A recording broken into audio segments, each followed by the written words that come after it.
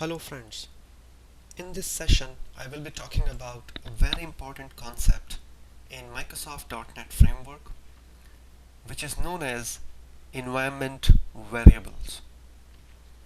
Now many years ago, when there was no .NET framework, people were struggling to figure out some hardcore system level informations. For example, what is my machine name? What is the easiest technique to figure out the username who is logged in to the system? What is my current directory? What version of operating system my PC is running on? How many drives does this computer system has? Or many more related things like that.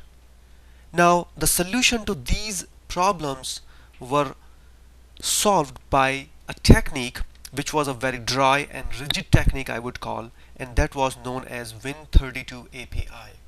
Win32 programming has been a very complicated issue for many years. With the release of Microsoft.NET framework, Microsoft wanted programmers to do more with less. Your productivity is our passion. That's what Microsoft says. And to really provide an evidence for that, what Microsoft did, they launched system.environment namespace with .NET framework. And as you can see on my screen here, I have one application which is a console application where I have few lines of code, as you can see, starting right from line number 12 until line number 17. Now, environment is a static class inside namespace called system. So it is system.environment, and inside that there are some properties. For example, machine name. This is very important thing. Look at username. So if you look at line number 12 and at line number 15, these are two lines which are most commonly used by many programmers across the globe when they are doing logging, tracing, or in general you can call it application monitoring. If you are writing some logs, it is very critical for you to figure out on which machine and who was the user who ran this particular test or code or failure happened. If you are writing a production code or you are in your development branch, how would you figure out who is the username? What is the easiest way to do it? Whoever is logged in.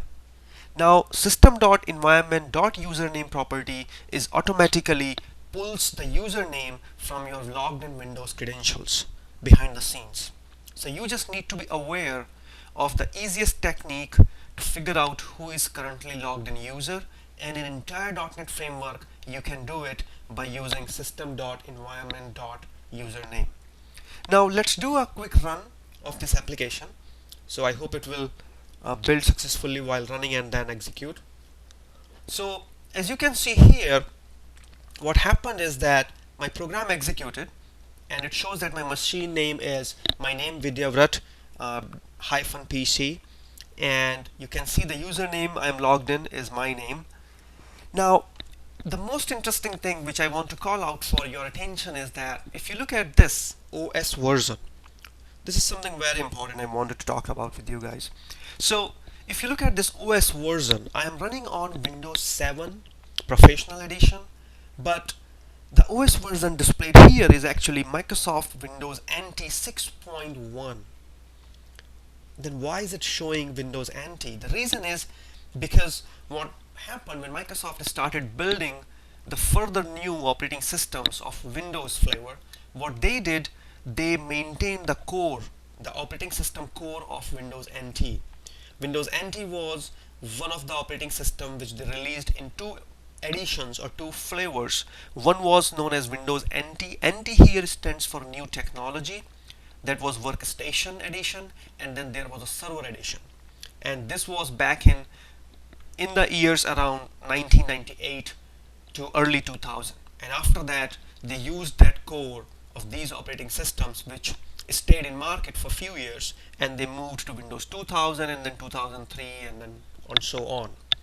Now Windows 2008 was the most popular server software available in industry today.